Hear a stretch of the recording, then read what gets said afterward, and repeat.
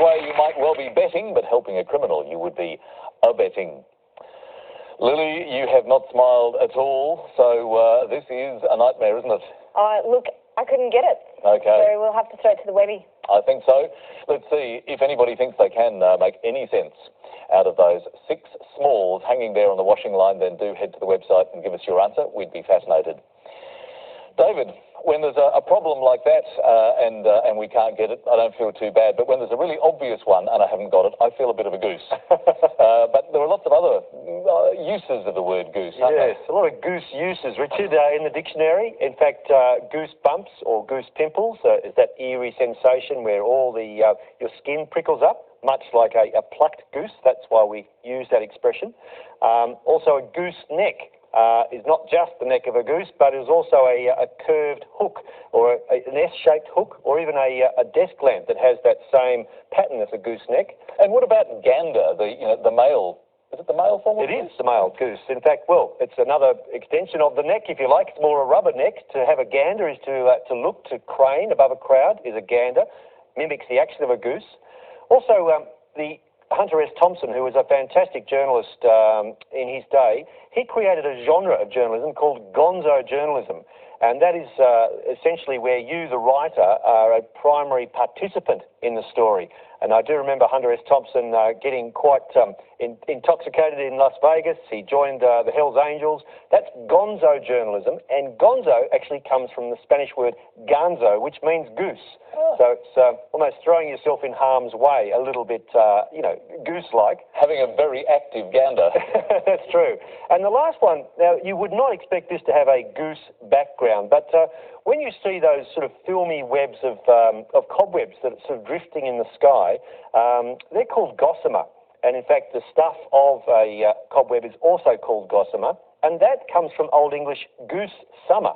And the reason being is that when these strands are flying through the air, it's usually in the warmer months of autumn, so it's an extension of the summer, and it's around about the time, would you believe, most commonly in the UK, that goose is quite a common meal on the sort of domestic menu. So gossamer also relates to the goose. Lovely goose word. Thank you, David. Pleasure. Our scores. Cassie leading the way at the moment on 14 as we head for some more letters. And Cassie, can you deliver them for us, please? Lily, can I please have a consonant to start? Thank you. H. And a vowel. O. And a consonant. Y. And another consonant. T. And another. F. A vowel. E. Another vowel. I. And a consonant. D. And another consonant, please. And to finish, N. Here's our thinking time.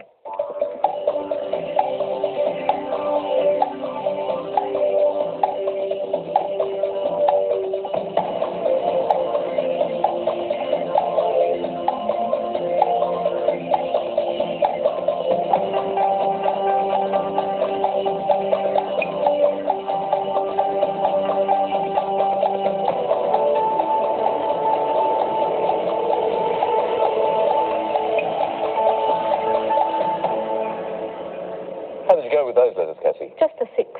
6 for you is good. And? 7.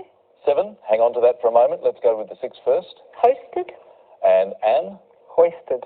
Hoisted. Lovely work. one extra letter makes all the difference. I do enjoy that, I must admit. It brings out the worst side of me. It's a great 7. Well played. Talking about geese, there is density there, which is someone who is less than bright, or a description of. But there's also a lovely word there, Richard, and it's hedonist, and that is someone who is a pleasure seeker or a pleasure lover. Nicely found, David. Good work for Anne, though. She's on the scoreboard. 7 points. More letters now, and Anne, you get to choose again. A consonant, please. Thanks, Anne. And another one. G. A vowel. A. A vowel. U. Consonant. T. A consonant. C. Vowel. I. Vowel. E. Consonant. D. Time starts now.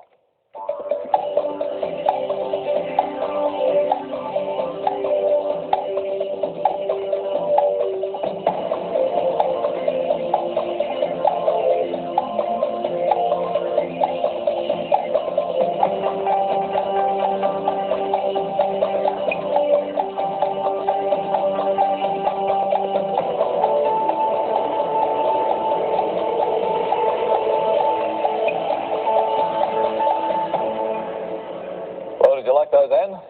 Not particularly, but I got a 6. 6 is good. Cassie? 4. 4. Let's start there. Guts. Guts. Anne? Digest. Really?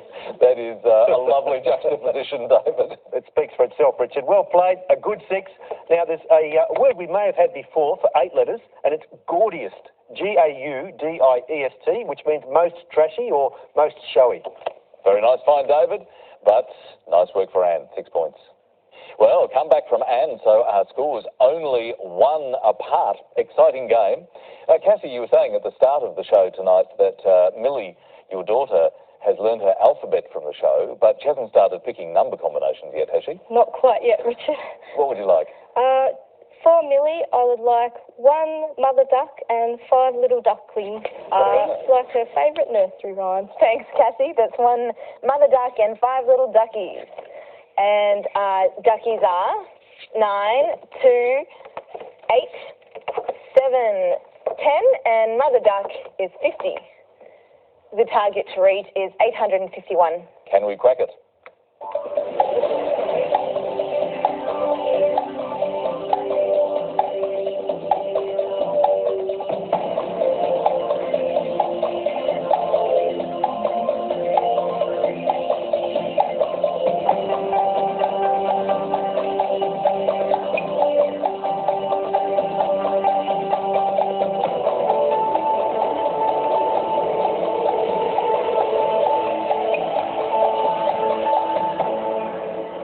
Well, how did you go, Cassie?